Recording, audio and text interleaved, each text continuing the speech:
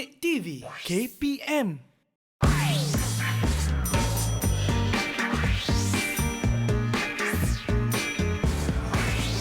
Didik TV KPM. Hai, Assalamualaikum. Selamat petang semua. Anda bersama dengan saya, Afiq Syazwan dalam Sukses SPM 2021. Ya, hari ini memang berita yang amat mengejutkan kita semua kerana kes meningkat sehingga mencecah 11,000. Baiklah, Afiq nak pesan kepada anda semua, marilah sama-sama kita patuhi SOP. Kemudian kita kena stay safe, stay at home. Janganlah kata-kata kita nak keluar rumah. Dan apa yang paling penting, jaga kebersihan. Okey? Baiklah, jadi hari ini kita akan teruskan sesi pembelajaran kita bersama dengan seorang guru jemputan. Afiq akan bagi tahu subjek apa yang kita akan ulang kaji pada hari ini. Tapi apa kata kita borak-borak dengan cikgu tu sendirilah. Tanpa masa, mari kita sama-sama saksikan profil guru hari ini. Jom.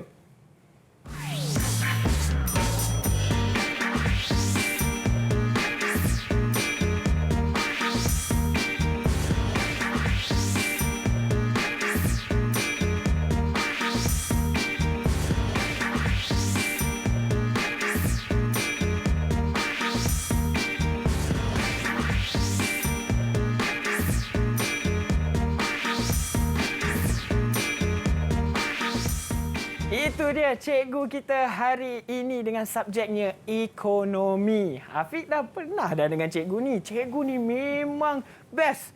Sebab kalau kita tak pernah belajar ekonomi pun kita boleh faham. Inilah dia Cikgu Malisa. Assalamualaikum cikgu. Salam Afiq. Cikgu apa khabar, sihat? Alhamdulillah. Ya. Sentiasa sihat. Baiklah, jadi cikgu, ekonomi ni kalau orang yang tak pernah belajar pun boleh faham sebab memang ada kena-mengena dengan situasi kita, kehidupan kita semua. Ya, betul. Jadi cikgu ada tak pesanan ringkas sebelum kita mulakan ulang kaji dengan topik kita pada hari ini? Okey. Baik, hari ini kita nak belajar tentang macam mana Afiq jadi usahawan dan nak kontrol perniagaan. So, jadi bagi orang pelajar yang inginlah nak menjadi usahawan dan memangnya sebenarnya kerjaya usahawan tu adalah kerjaya yang sangat bagus. Ya. Jadi kita boleh share lah hari ini tips-tips untuk menjadi usahawan berjaya. Okey, baiklah. Jadi kepada usahawan-usahawan di luar sana, mungkin anda tak ambil SPM tapi nak tambah ilmu, pengetahuan dalam diri anda, boleh je sama-sama menonton Sukses SPM pada kali ini. Jadi cikgu, sebelum kita mulakan sesi pembelajaran, saya nak bawa cikgu patuhi SOP. Kita gunakan hand sanitizer. Mari cikgu, silakan. Okey, itu dia hand sanitizer. Okey, cikgu dah gunakan, kemudian Afiq pula gunakan. Okey, baiklah. Jadi sekarang ni kita dah patuhi SOP, kita dah gunakan hand sanitizer, cikgu pun dah bersedia. Tapi sebelum tu kita nak sama-sama saksikan dulu Vox Pop. Inilah dia pandangan calon SPM mengenai subjek ekonomi ni. Susah ke, senang ke, seronok tak? Jom kita sama-sama saksikan. Didik TV KPM. Pengalaman saya sepanjang mempelajari tajuk penawaran Bab 2 Tingkatan 4 ini, ia sebenarnya sangat seronok kerana dengan teknik yang mudah yang diberikan oleh guru saya dapat memahami lebih dalam dan mudah menghafal tentang maksud penawaran, cara-cara untuk membuat keluk penawaran dan juga cara untuk menghafal penentu-penentu penawaran. Sebenarnya ia tidaklah sukar untuk menghafal dan memahami tajuk ini jika pelajar fokus dan dapat mengetahui teknik untuk menjawab dan untuk menghafal fakta-fakta yang ada. Daripada tajuk ini, saya dapat mengetahui bagaimana cara untuk membuat keluk perubahan penawaran dan mengetahui bagaimana keluk tersebut mencapai titik keseimbangan. Selain itu juga, saya dapat mengetahui kuantiti barang atau perkhidmatan yang ditawarkan oleh pengeluar atau firma. Saya suka subjek ekonomi ini. Subjek ekonomi ini akan sangat guna pada masa akan datang. Seperti saya tahu jenis pinjaman yang boleh saya buat apabila bekerja nanti. Tambahan pula, tugasan yang diberikan oleh cikgu saya iaitu Puan Malisa amat mencabar. Beliau selalu memberikan tugasan seperti mencari keratan akhbar dan membuat PowerPoint. Hal ini sedikit sebanyak dapat memberikan pengalaman yang berguna kepada saya dan rakan-rakan saya pada masa akan datang. Didik TV KPM. Ya, kita dengar sendiri pandangan calon mengenai subjek ekonomi ini. Betapa pentingnya untuk kehidupan kita di masa akan datang. Sebenarnya skop dia sangat besar. Sesuai untuk apa-apa saja. Kita nak jadi pegawai bank pun boleh. Kita nak jadi seorang usahawan pun boleh. Jadi, kalau kita tak ada ilmu ekonomi, mungkin agak sukar kalau kita nak menjadi seorang yang berjaya. Ya, betul. Baiklah, jadi sekarang ni kita nak berehat terlebih dahulu. Kepada murid-murid di luar sana, boleh keep on standby. Ambil je buku nota untuk catat apa saja pesanan ilmu daripada Cikgu Malisa sebentar nanti. Dan sekarang kita berehat terlebih dahulu. Semuanya dalam Sukses SPM 2021. Didik TV KPM. Didik TV KPM. Kembali lagi kita dalam Sukses SPM 2021. Okey, kita akan teruskan sesi pembelajaran kita. Tapi sebelum tu, Afiq nak pesan, jangan lupa untuk patuhi SOP. Jangan lupa untuk cuci tangan, gunakan hand sanitizer, pelitup muka dan apa yang paling penting, jaga jarak. Baiklah, sekarang kita nak teruskan sesi pembelajaran kita iaitu subjek ekonomi. Tapi kita akan berkenalan bersama dengan pelajar dari SMK Bandar Baru Sungai Buloh, Selangor. Mari kita sama-sama berkenalan bersama dengan mereka. Assalamualaikum, selamat petang.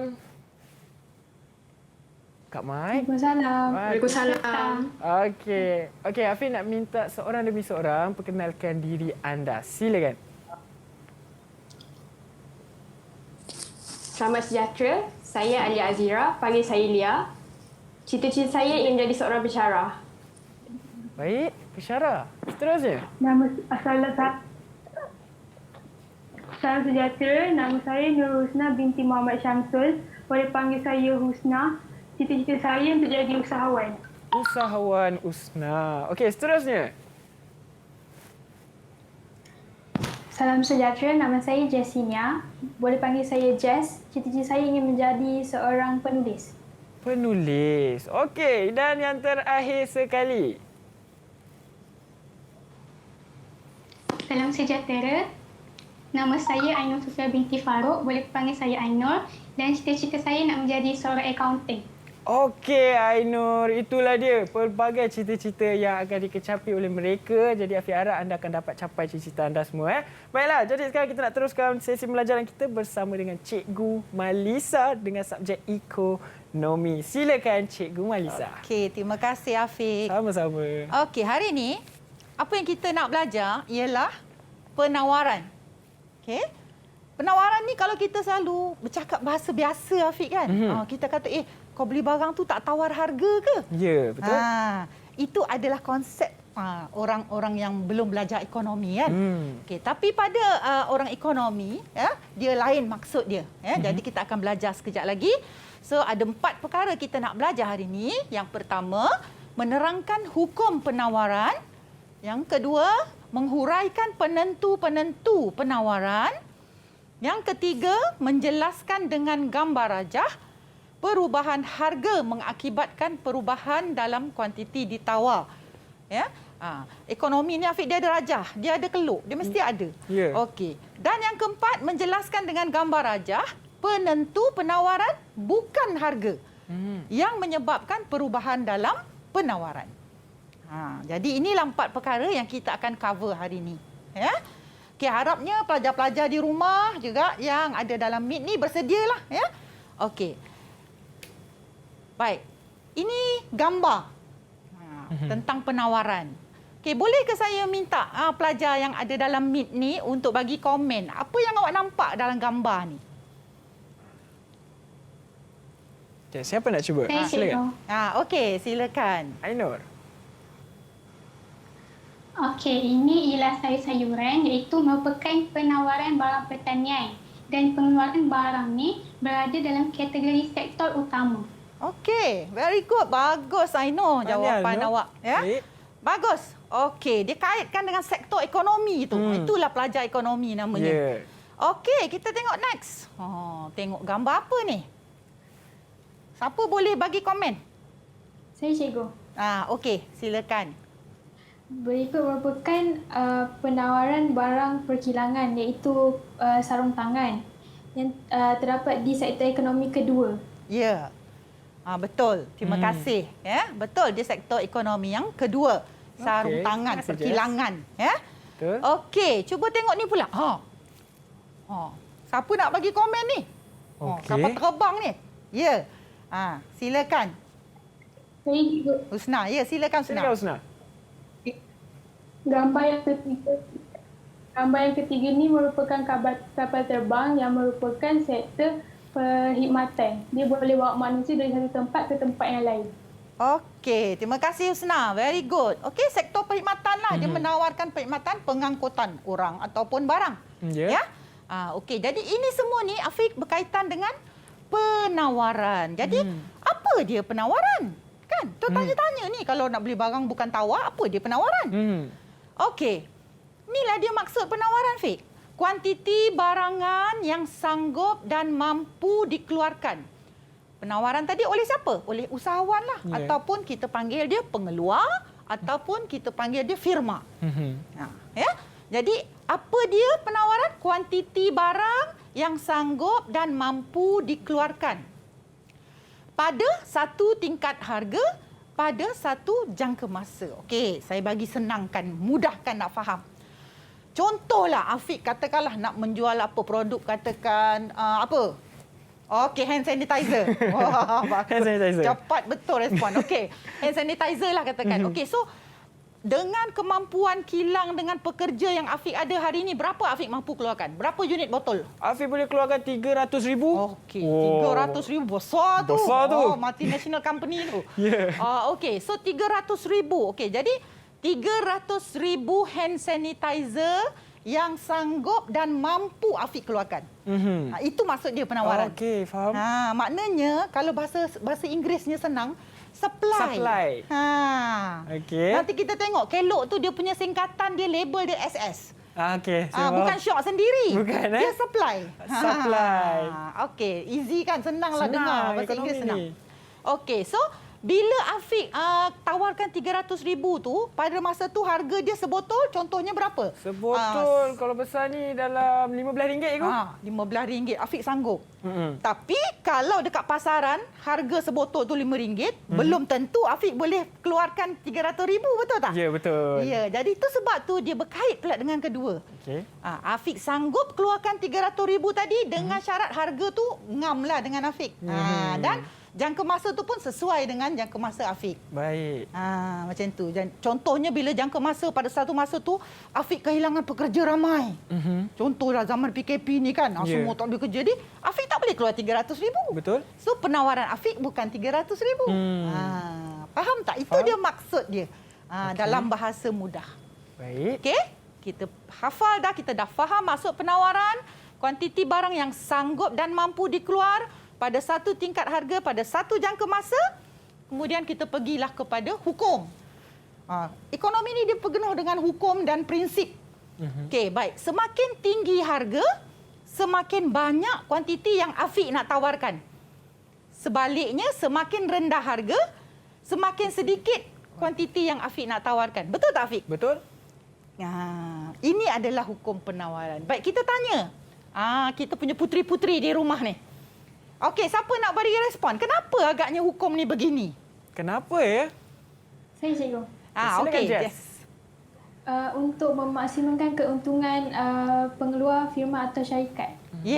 Very good, Jess. Sebab kita tahu matlamat firma tu adalah untung-untung lah. Jadi sebab itulah ini perangai dia. Kita panggil hukum ni adalah perangai dia lah. Okey? Baik. Okey. Sekarang kita pergi next. Okey. Bila kita dah kaji hukum, kita kena kaji jadual dia pula. Jadual penawaran ni kita nak tengok hubungan antara harga dengan kuantiti yang ditawar. Okey, dalam jadual ni, contohnya bila harga barang tu RM1, Afiq nak tawarkan 20 unit.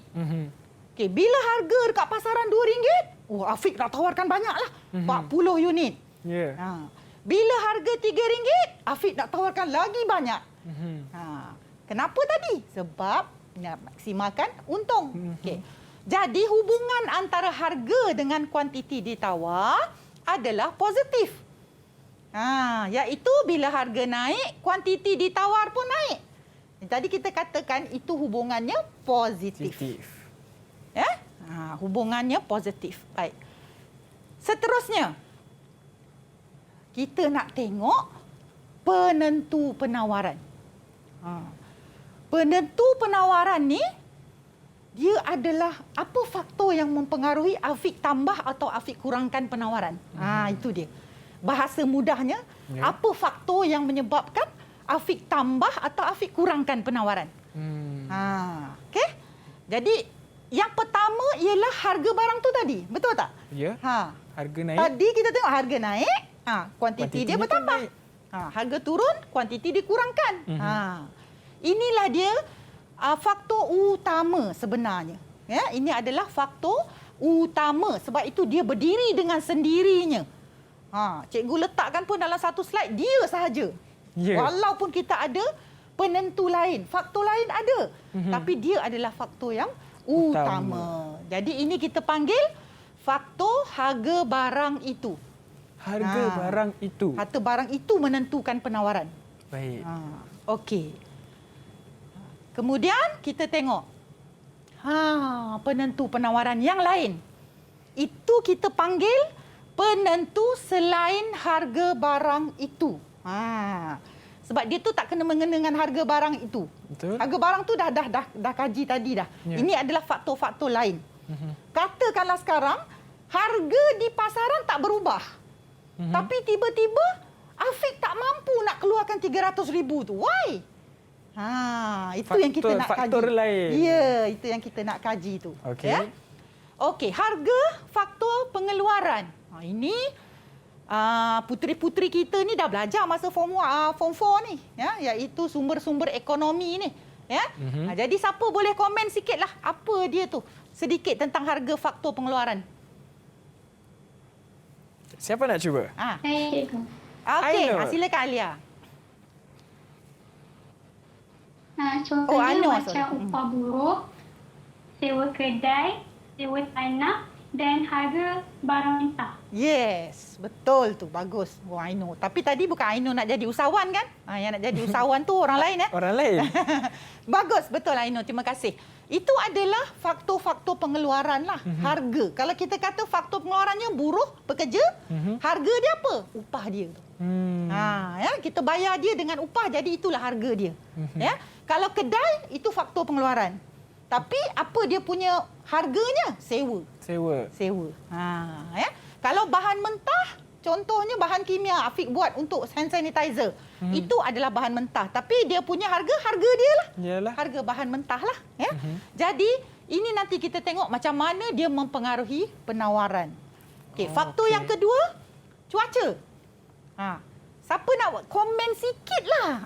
Basic asas tentang cuaca. Saya cikgu. Okey, Alia. Silakan.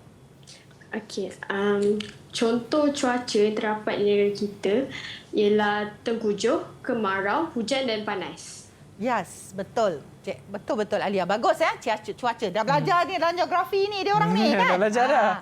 Okey, so cuaca ni boleh mempengaruhi penawaran. Sat lagi kita tengok. Baik. Okey, tingkat teknologi.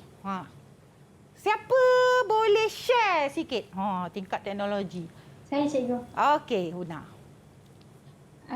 Contohnya penggunaan mesin atau jentera yang canggih untuk memastikan pengeluaran yang cekap. Yes. Okey, mesin tu canggih lah. Terkini, updated lah kan? Betul. Terima kasih. Okey. Jadi, itu boleh mempengaruhi penawaran nanti. Ya? Okey. Next, matlamat pengeluar. Baik, matlamat pengeluar ni cikgu kena ceritalah sebab dia teori sikit kan. Okey, teori matlamat pengeluar ni dalam ekonomi kita kaji ada dua je. Satu ialah matlamat dia nak maksimalkan untung. Betul. Okey, satu lagi matlamat dia tak nak maksimis untung dan dia tak boleh maksimis untung pun. Nanti kita tahu kenapa. Sebab dia kena maksimiskan pengeluaran. Ya, untuk kuasai pasaran.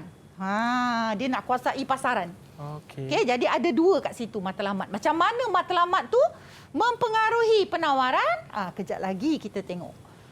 Okey, jangkaan harga masa depan. Jangkaan harga ni macam orang kata, kau predict harga kereta naik tahun depan lah. Dia orang semua cakap harga naik kereta tahun depan lah. Dengar-dengar cakap. Macam itulah. Dengar-dengar cerita. Itu adalah jangkaan harga masa depan. Ya? Okey, itu juga mempengaruhi penawaran. Ya? Okey, dan akhir sekali ialah dasar kerajaan. Okey, dasar kerajaan ni kalau saya cakap terus pop. Apa puteri-puteri ni boleh beri komen agaknya? Okay, siapa? Siapa boleh beri komen sedikit tentang dasar? Apa yang berkaitan dasar yang awak tahu rasanya? Siapa boleh? Saya. Ya. Silakan Alia. I know, cikgu. I know. Sorry, tak nampak tu. Contohnya macam cukai dengan subsidi. Oh, okey, Okey. betul. Cukai dengan subsidi. Very good. Cukai mempengaruhi penawaran. Subsidi pun mempengaruhi penawaran. Sekarang ni kan, Afiq, kita tengok banyak bantuan kerajaan kan. Pada PKS, bantuan mikro dan sebagainya kan. Kurangkan moratorium apa semua tu kan. Itu adalah sebahagian dalam bentuk macam subsidi jugalah tu. Ya. Bagaimana dia boleh mempengaruhi penawaran. Kejap lagi kita tengok. Baik. Okey. Habis. Ini adalah penentu selain harga. Okey, next kita tengok. Ini adalah penentu pertama tadi, yang utama tadi tu. Dia berdiri sendiri, Afiq. Okey. Sebab dia yang utama. Okey, harga barang itu kita tengok bila harga dia naik, kuantiti pun naik. Dan bila harga dia turun, kuantiti penawaran pun turun. Ini dia punya jadual. Trend harganya, P ni adalah singkatan bagi price. Kalau kita guna P pun boleh dalam jawapan sebab seantero dunia faham. P is price. Q is quantity. SS is supply. Kita tak boleh letak pula penawaran. PEN, pen tak boleh. Bahasa Melayu kena penuh. Tak boleh. Tapi kalau bahasa Inggeris, dia punya istilah dia, short form dia SS boleh. Okey, jadi kita tengok harga dari 1, 2, 3, 4, 5. Naik tu trend dia. Kuantiti pun naik dari 5, 10, 15, 20, 25 kilo. Naik. Kan?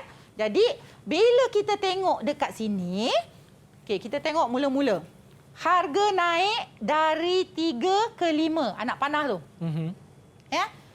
Kemudian, kuantiti bertambah penawaran dari 15 ke 25. Okey, kalau kita tengok dengan rajah, apa yang ditunjukkan dekat dalam kelok ni? Iaitu kelok tu, titik A tu beralih ke titik B. Nampak? Bergerak. Bukan beralih, istilahnya bergerak. Ya, A bergerak ke titik B. Saya ulang balik.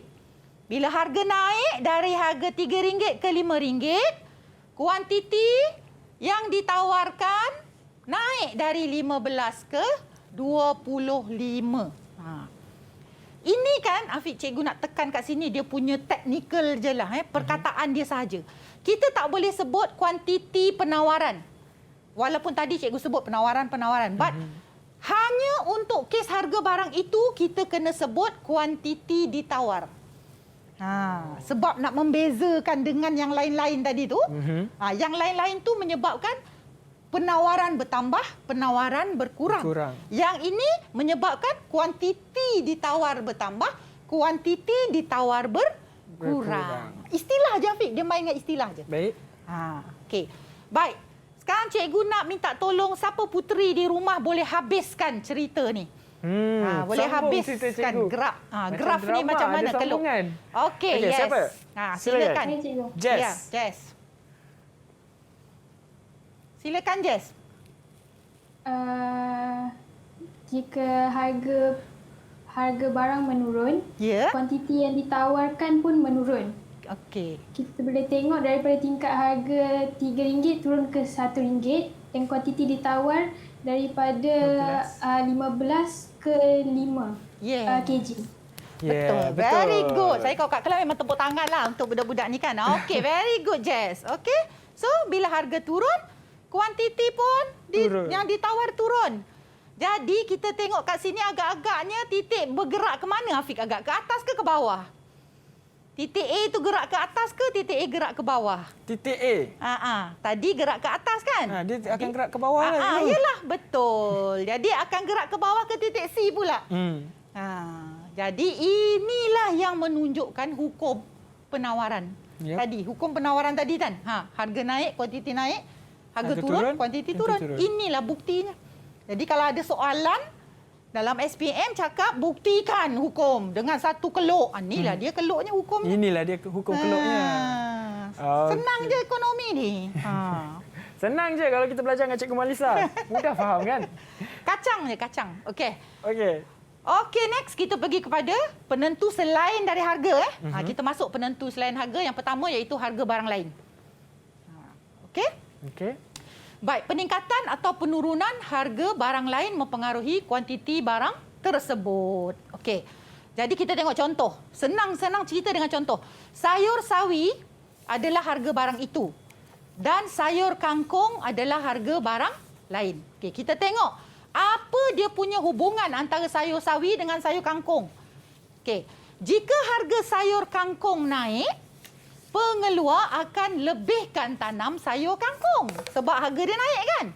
Jadi apa jadi pada sayur sawi? Dia akan kurangkan sayur sawi. Jadi kuantiti penawaran sayur sawi akan turun. Okey. Ini kena tambah sikit lagi ni huraiannya. Okey, siapa puteri di rumah boleh bagi tahu kat saya kenapa bila dia tambah kangkung, sawi itu dia tak boleh tambah, dia kena kurangkan juga sawi. Siapa puteri di rumah boleh bantu saya? Okey, silakan. Silakan. Sebab pengeluar mereka kekurangan faktor pengeluaran. Contohnya macam tanah dengan tenaga buruh. Tapi dalam kes ni apa yang dikurang?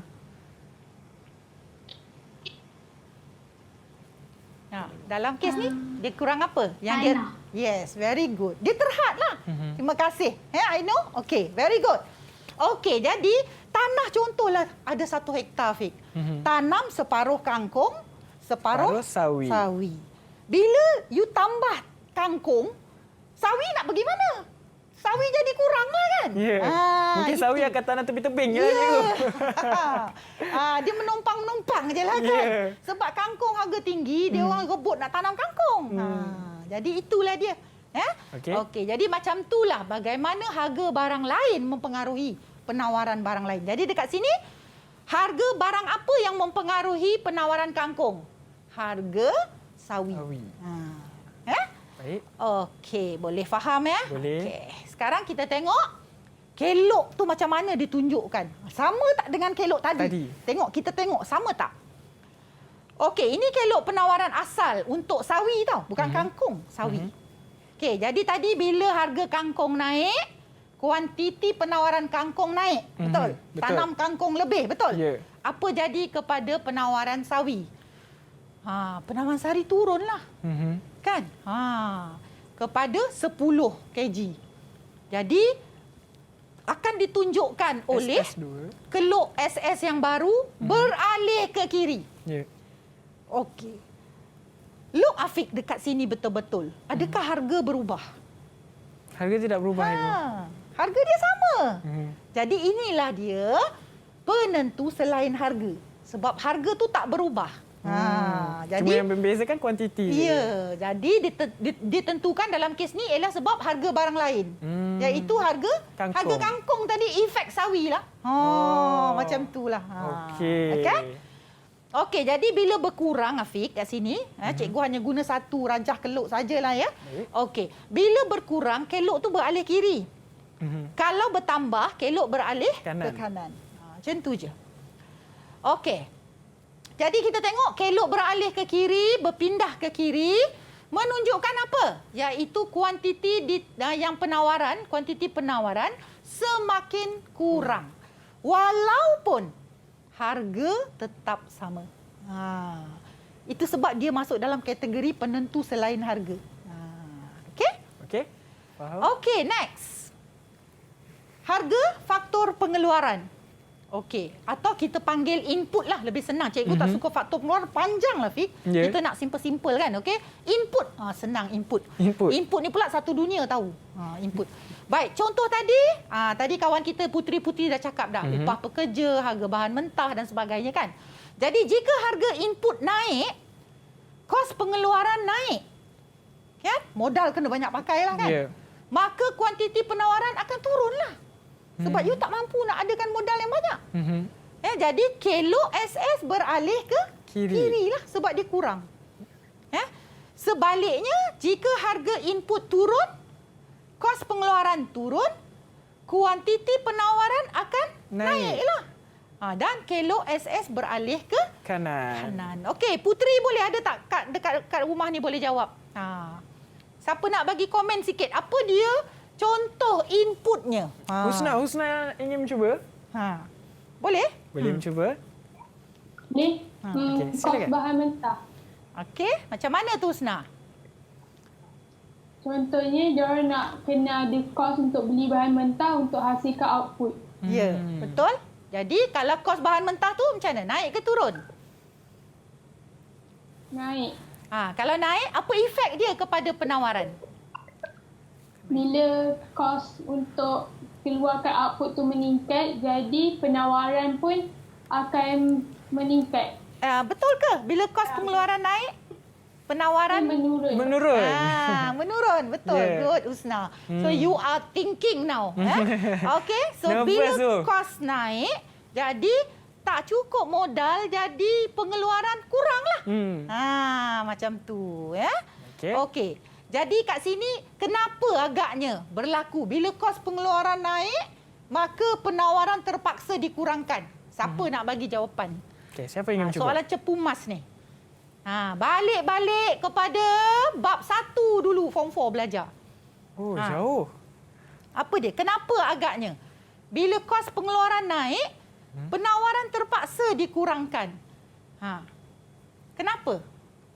Bukankah mereka boleh keluarkan barang? Mereka ada mesin, mereka ada bahan mentah. Tapi kenapa terpaksa dikurangkan penawaran bila kos pengeluaran naik? Sebab dari segi modal, apa dia? Apa dia bab 1 kita belajar pada firma? Menghadapi masalah apa dia? Ainul? Okey, Ainul? Sebab firma mereka mempunyai modal yang agak terhad. Yes, betul. Very good. Ataupun kita kata konsep kekurangan. Masa bab 1 kita belajar kan? Yeah. So, kekurangan modal atau modal terhad. Jadi sebab tu bila kos naik dia tak boleh tambah lagi lah. Sebab itu je modal dia ada. Baik. Okey, jadi cikgu kita nak berehat terlebih dahulu. Okey, kemudian kita akan sambung lagi selepas ini. Seronok belajar ekonomi ni. Jadi murid-murid di rumah kita berehat dan semuanya dalam Sukses SPM 2021. Didik TV Didik TV KPM. Kembali lagi kita dalam Sukses SPM 2021. Jangan lupa untuk patuhi SOP, sentiasa cuci tangan, gunakan pelitup muka, hand sanitizer dan apa paling penting, jaga jarak anda sekurang-kurangnya 1 meter bersama dengan individu yang lain. Baiklah, tanpa buang masa sekarang ni kita nak teruskan sesi pembelajaran kita dengan subjek ekonomi bersama dengan Cikgu Malisa. Silakan Cikgu. Okey tadi. Last Afiq tadi kita belajar harga faktor pengeluaran atau input.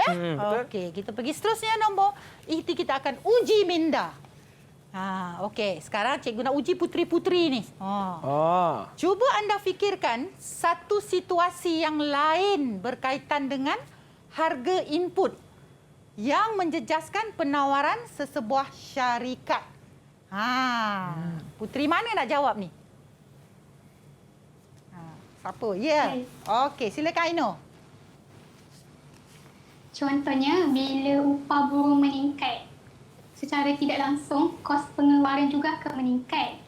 Jadi, firma akan terpaksa mengurangkan penawaran mereka disebabkan firma kekurangan modal. Okey, very good. Perfect answer Sangat tu. tepat jawapan dia. 4 marks lah tu. Teratur, tersusun kan? Sebab akibat dia. Okey, very good. I know. Betul. Dia kata bila upah pekerja naik, dia kata maka kos pengeluaran naik, maka firma turunkan penawaran. Dia tak mampu nak keluarkan banyak. Maka ini disebabkan oleh dia tak cukup modal. Okey, next. Kita pergi pada tingkat teknologi. Okey. Teknologi pengeluaran moden atau yang canggih, kan? Jika pengeluar menggunakan teknologi robot canggih, kuantiti penawaran akan naik, meningkat. Maka kelo SS beralih ke kanan. Okey. Jika guna mesin lama, kuantiti penawaran akan berkurang. Kelok SS beralih ke kiri. Kenapa agaknya mesin lama ni boleh menyebabkan penawaran kurangnya? Kenapa? Kenapa agaknya mesin lama ni, apa masalah dia selalu mesin lama? Siapa boleh bagi komen? Ya, betul. Okey, Husna. Okay, silakan. Yes. Melambatkan proses pengeluaran barang. Yes. Okey, very good. Melambatkan. Mesin lama, teknologi lama kan? Ya. Dia jadi lambat. Kos pembaikan pulih. Yes, betul. Maintenance. Very good. Afiq dah boleh masuk dunia ekonomi dah. Bila dah nampak maintenance cost tu, itu berfikiran usahawan lah tu. Okey. So, kita tengok soalan. Uji minda. Soalan-soalan ni, Afiq, dia boleh jadi kebat ni. Idea kebat ni semua. Okey, bolehkah anda sebutkan satu contoh penggunaan teknologi moden dalam industri selain daripada menggunakan robot? Apa dia? Siapa dah? Puteri-puteri boleh? Jess. Okey. Silakan. Contohnya alat pemotong kayu automatik yang dapat mengira jumlah kayu yang telah dipotong. Kesannya dapat mempercepatkan proses pengeluaran barang dan dapat menghasilkan barang lebih berkualiti dan secara tidak langsung dapat memaksimumkan keuntungan firma syarikat atau pengeluar. Yes. Very good. Okey, Jess. Dia kata ada satu mesin ni potong, automatik dikira terus. Pap, satu. Dia terus, digital. 2, 3, 4. Jadi, tak payah guna buruh nak kira, nak susun kayu dan sebagainya. Jadi benda tu dah dibuat secara digital. Dia secara digital lah biasanya kan. Betul. Dan yang kedua pula dari segi kualiti dia. Dia potong cantik. Dia potong cantik. Ukuran yang cantik. Yes, seragam. Homogenik. Kalau orang manusia kadang-kadang kau cakap apa? Dah tersengit dan sebagainya kan. Okey. So betul. Jadi betul. Banyaklah sebenarnya kebaikan mesin berteknologi tinggi ini sebenarnya ya. Banyak sekarang ni kita panggil dia artificial intelligence sebenarnya. Dia dah menggantikan manusia dah sebenarnya kan. Ya, kita ada IR 4.0 sekarang ni. Kita ada big data sekarang ni kan. Dan sebagainya. Tu semua tu benda-benda yang teknologi baru yang kita mesti follow ni kalau jadi usahawan lah. Okey, next. Okey, uji minda yang seterusnya. Biasanya kita mendengar penggunaan teknologi canggih dalam pengeluaran barang kilang atau sektor kedua. Betul, Afiq kan? Dalam sektor kedua ni, dalam kilang banyaklah mesin kan? Tapi bolehkah anda fikirkan contoh penggunaan teknologi canggih dalam sektor pertanian? Cuba, selalu orang tengok ni macam backward pertanian ni tradisional, pakai ni dan sebagainya kan? Cuba puteri-puteri ni bagi komen sikit tentang uji minda ni. Siapa boleh bagi? Banyak ni. Boleh tak? Bagi contoh penggunaan teknologi canggih dalam sektor pertanian. Okey? Silakan, Usna. Satu contoh dia macam jentera padi. Macam mana? Jentera padi, contohnya dia boleh tolong tuaikan padi tu. So, jimat masa lah. Kalau macam manusia yang buat, lambat. Betul, very good. Okey, penggunaan jentera menuai padi. Kan? Menuai padi. Sebab saya ada seorang kenalan lah di Sabak Benam tu, dia pengeluar padi lah. Okay, thank you Usna by the way. Okey, so dia ada banyak sawah padi lah kan. Tapi bila saya tanya, pernah tak pergi tengok padi tu sendiri? Tak pernah tengok pun. Tak pernah pergi tengok pun. Tak pernah tengok pun. Maknanya semua run by the machine je semua tu. Dia ada pekerja, dia run dengan mesin aja. Okey. Macam tu. Kalau dulu Fik, kita potong. Memang kita nampaklah benda tu. Tengok nampak je semua benda tu. Setiap tempat kita bekerja tu ada padinya kan. Tapi tak ada sekarang ni. Orang zaman sekarang ni clean, bersih. Sebab teknologi tolong. Teknologi yang bantu. Okey. Next, Fik, kita pergi pada yang kelima. Jangkaan harga pada masa depan. Okey. Jika harga dijangka naik pada masa depan, pengeluar akan mengurangkan kuantiti penawaran sekarang. Okey. Pengeluar akan mengeluarkan banyak produk pada masa depan. Why? Kerana dia nak harga lebih tinggi. Why? Sebab harga lebih tinggi, untung lagi tinggi. Okey, jadi kelok SS akan beralih ke kiri. Sebab sekarang dia akan kurang. Sebab dia nak keluarkan nanti masa depan bila harga dah naik. Itu dia. Ya? Okey, kita tengok soalan uji minda. Yang sensitif ni.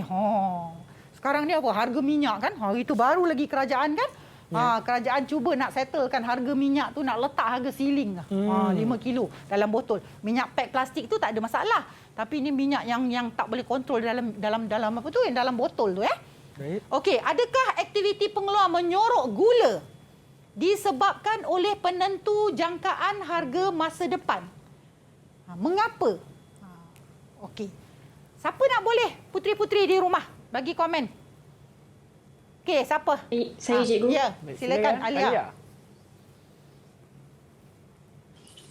Betul, kerana jika kerajaan kata nak naikkan harga gula bulan depan, maka pengeluar akan sorok gula yang ada dan turunkan penawaran pada masa sekarang. Pengeluar akan jual pada bulan depan untuk dapat untung yang lebih. Okey, boleh tak ulang sekali lagi? Cikgu macam tadi tak nampak muka sebab kertas tu tutup muka awak. Okey. Betul, kerana jika kerajaan kata nak naikkan harga gula bulan depan, maka pengeluar akan sorok gula yang ada dan turunkan penawaran pada masa sekarang. Pengeluar akan jual pada bulan depan untuk dapat untung yang lebih.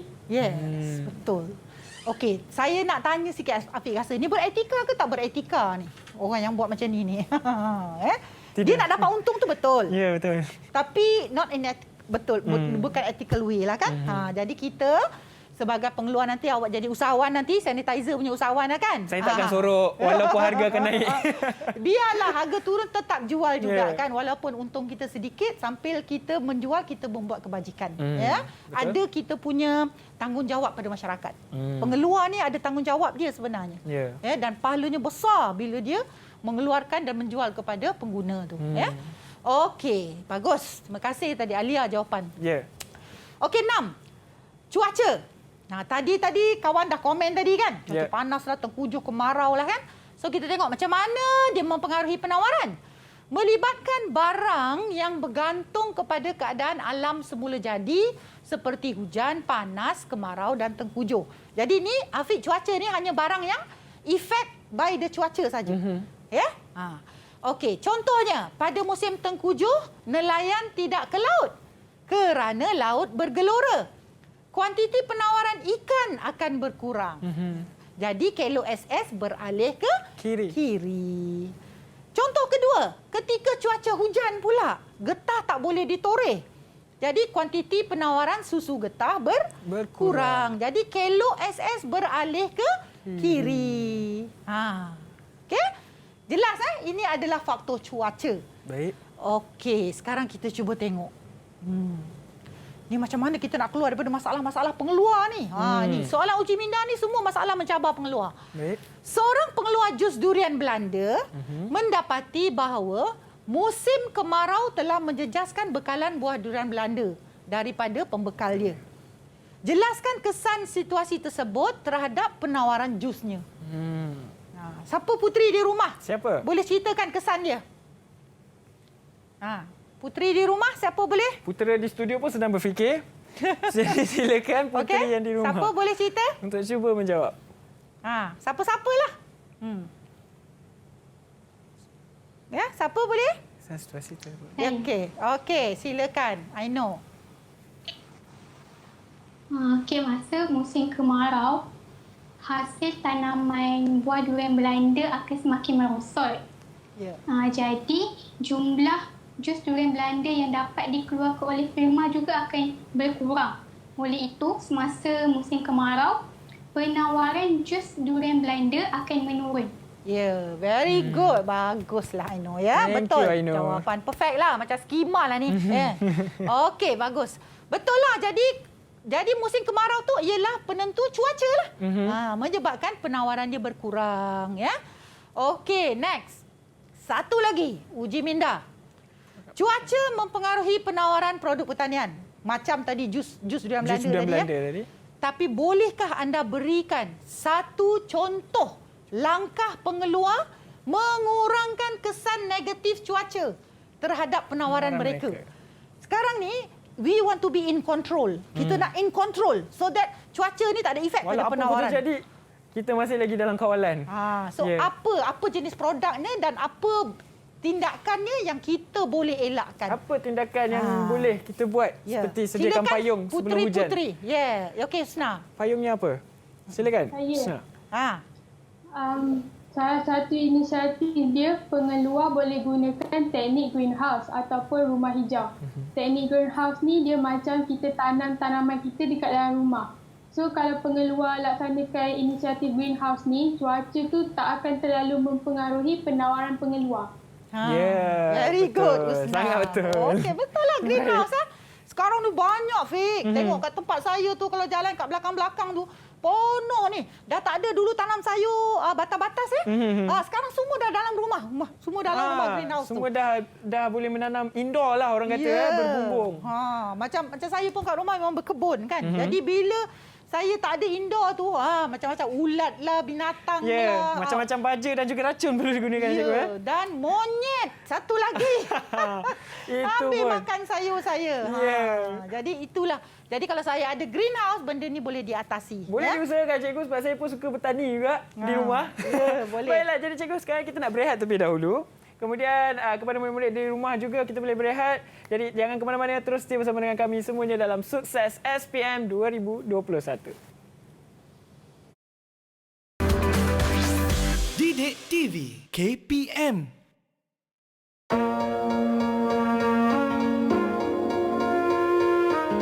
First, find books that have a compilation of past year questions because it helps you prepare yourself. Second, you need to download an app that can help you lock your phone for a certain period of time so that you don't get yourself distracted. Third, you need to make sure that you, at the very least, score a C credit for your compulsory subject because then you don't have to worry about getting yourself into a good university. Hope this helps! One of the tips that I can definitely recommend is it's always better to study in a group. You get to discuss the question, brainstorm answers, and you can reflect with one another. So remember, always trust in the power of knowledge sharing, and you're good to go. Hi, well, my 3 tips for this year's SPM student is to not study last minute, do not overcomplicate your questions, and to always reread the questions and double check your answer. Thank you and good luck. Please stay positive. I know you might feel anxious before you start your exam, but surround yourself with positive friends that can motivate you, and always remind yourself that you have prepared and you are ready to answer the question. Hi! To score A for your SPM, please stay hydrated, have a good rest, and don't forget your breakfast. Okay? Good luck! Didik TV KPM. Kembali lagi kita dalam Sukses SPM 2021. Jangan lupa untuk patuhi SOP, okey? Mungkin anda dah tahu dah apa itu SOP. Baiklah, sekarang kita nak teruskan lagi sesi pembelajaran kita subjek ekonomi bersama dengan Cikgu Malisa. Silakan Cikgu. Okey, terima kasih Afiq. Sama-sama. Okey, ni tadi adalah uji minda yang terakhir tadi bagaimana produk pertanian tadi kita boleh kurangkan dia punya kesan daripada cuaca ya. Okey, next. Yang ketujuh, ini adalah penentu selain daripada harga yang akhir. Ya? Matlamat pengeluar. Okey, jika pengeluar mahu memaksimumkan untung, tadi cikgu dah cakap ada 2 matlamat ya. Okey, jika dia mahu maksimalkan untung, kuantiti penawaran sengaja dikurangkan supaya harga dia akan naik. Ini adalah strategi jika dia nak maksimal untung. Jadi kat sini Kelo SS akan beralih ke kiri lah sebab dia kurangkan penawaran. Okey. Sebaliknya, jika dia mahu memaksimalkan pengeluaran atau menguasai pasaran, kuantiti penawaran akan ditambah supaya produk keluarannya banyak di pasaran. Sebab dia nak kuasai pasaran. Jadi bila dia kuasai pasaran, banyak produk dia jual, dia dapat untung jugalah. So Kelo SS beralih ke kanan. Dia akan keluarkan sebanyak-banyaknya dan dia jual merata-rata tempat. Ya? Okey. Baik, kita tengok sekarang uji minda. Okey.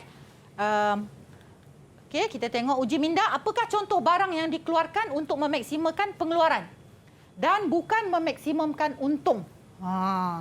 Boleh tak Putri di rumah bagi komen? Okey, silakan Aino. Contohnya macam barang perkilangan yang banyak persaingan. Sebagai contoh, kita ambil produk shampoo lah. Produk shampoo ni merupakan barang yang banyak barang pengganti. Jadi, sekiranya firma tetap mengurangkan penawaran mereka, bermakna keuntungan firma akan semakin berkurang lah. Sebab pembeli akan beli barang pengganti yang lain yang ada lebih banyak kat pasaran. Okey. Very good. Ya. Jadi barang kilang lah kan. Macam shampoo dia ada shampoo A, shampoo B, shampoo C. Kalau you ambil macam matlamat untung tadi tu, you kurangkan, you rugilah. Sebab nanti syarikat lain akan ambil alih pelanggan you. Itu dia. Jadi itu contoh barang ni, barang perkilangan lah biasanya ya.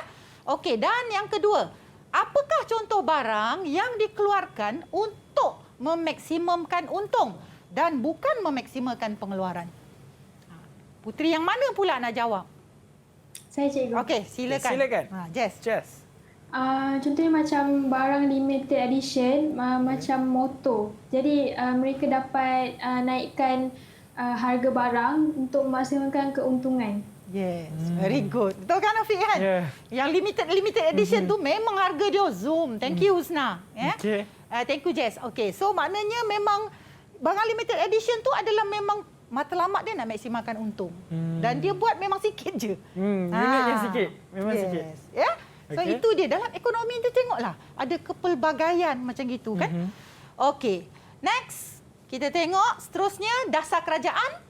Ada dua tadi kita kata cukai dan subsidi. Okey, jika kerajaan naikkan cukai, kos pengeluaran akan naik. Betul kan? Jadi bila kos pengeluaran naik tadi, sekali lagi kita punya penawaran akan berkurang. Sebab modal kita sikit. Subsidi. Jika kerajaan memberi subsidi pada pengeluar, kos pengeluaran akan berkurang lah. Macam sekarang kan, kerajaan bagi apa? Subsidi upah pada company banyak supaya memastikan pekerjanya dapat upah, dapat gaji dan boleh meneruskan pengeluaran. Kan? Okey. Jadi kat situ kos pengeluarannya akan dikurangkan sebab separuh gaji pekerja kerajaan bayarkan, kan? Jadi pengeluar boleh menambah penawaran. Jadi Kellogg's SS beralih ke kanan. Okey? Okey, uji minda.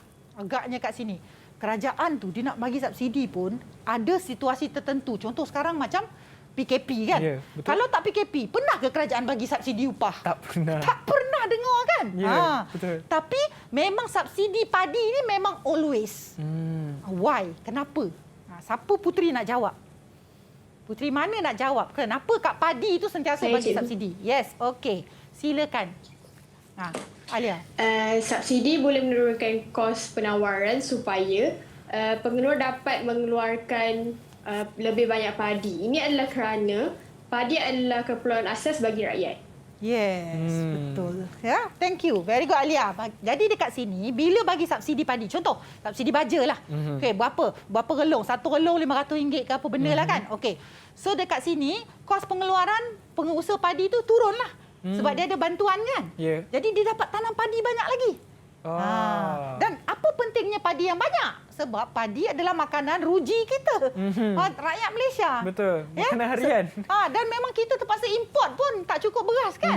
Jadi sebab tu kerajaan beri subsidi kepada padi supaya penawaran padi bertambah.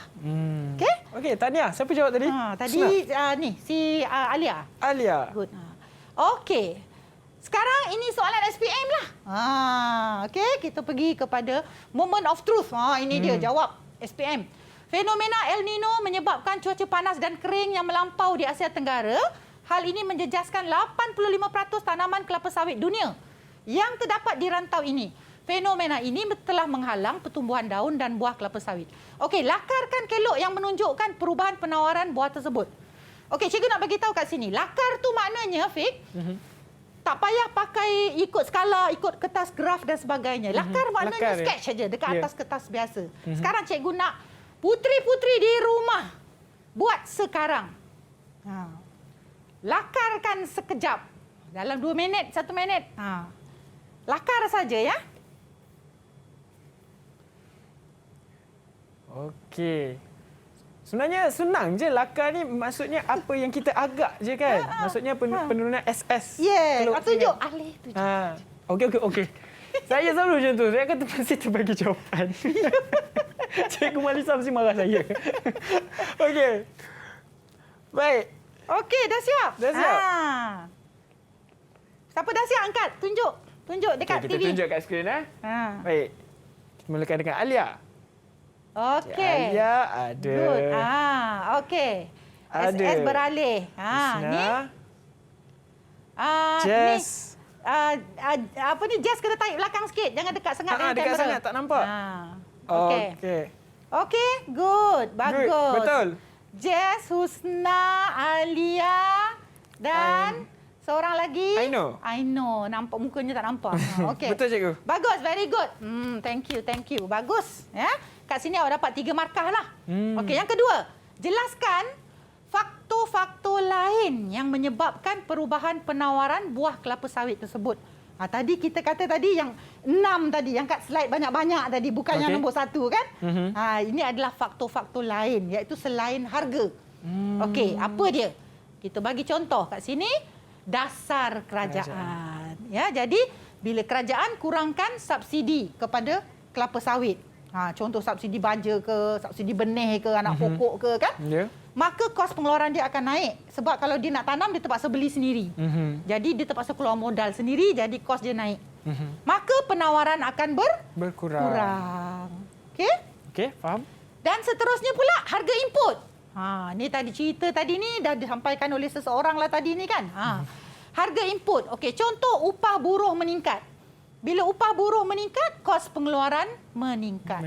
Maka penawaran pun berkurang. Okey, baik. So inilah di antaranya yang berkaitan tentang soalan penentu penawaran. Okey? Penentu penawaran. Okey. Baiklah, jadi selesailah sesi pelajaran kita, cikgu ya. Ya, betul. Okey, jadi cikgu ada tak apa-apa rumusan daripada cikgu untuk topik kita pada hari ini? Okey, baik. Rumusan saya ialah di sini bahawa kita kena faham setiap penentu itu. Sama ada dia menyebabkan naik ataupun turun. Kalau kita kata okey, harga input. Contoh kita kata upah buruh naik. Tak bolehlah kita kata upah buruh naik, penawaran naik. Sebab upah buruh naik, kos akan naik, maka penawaran akan turun. Kita kena faham dia punya relationship dia tu. Dia punya kesan sebab akibat. Ini adalah satu kemahiran dipanggil menganalisis. Kebat ni sebenarnya. Ini kebat Yes. Okey, baik. Okey, jadi selesailah sesi pelajaran kita untuk subjek ekonomi bersama dengan Cikgu Malisa pada hari ini. Sebelum kita mengakhiri sesi pelajaran kita, saya nak ucapkan terima kasih kepada keempat-empat pelajar kita dari SMK Bandar Baru Sungai Buloh, Selangor, dan semoga murid-murid yang menyaksikan kita pada hari ini dapat memperoleh keputusan yang cemerlang pada SPM nanti. Okey, kita jumpa lagi di masa akan datang. Terima kasih semua. Bye. Assalamualaikum. Didik TV KPM. Bismillahirrahmanirrahim. Assalamualaikum warahmatullahi wabarakatuh. Saya Farouk bin Harun, ayah kepada Ainul Sufiah, ingin mengucapkan dan mendoakan kepada semua calon SPM tahun 2021 agar dipermudahkan segala urusan dan dikurniakan kejayaan yang cemerlang. Semoga berjaya. Assalamualaikum warahmatullahi wabarakatuh. Saya ibu kepada Gubernur Ilham Huda binti Kursman. Harapan saya pada calon SPM 2021 ialah saya berharap agar mereka dapat memperoleh kejayaan yang cemerlang walaupun cara pembelajaran mereka amat-amat berbeza dengan tahun-tahun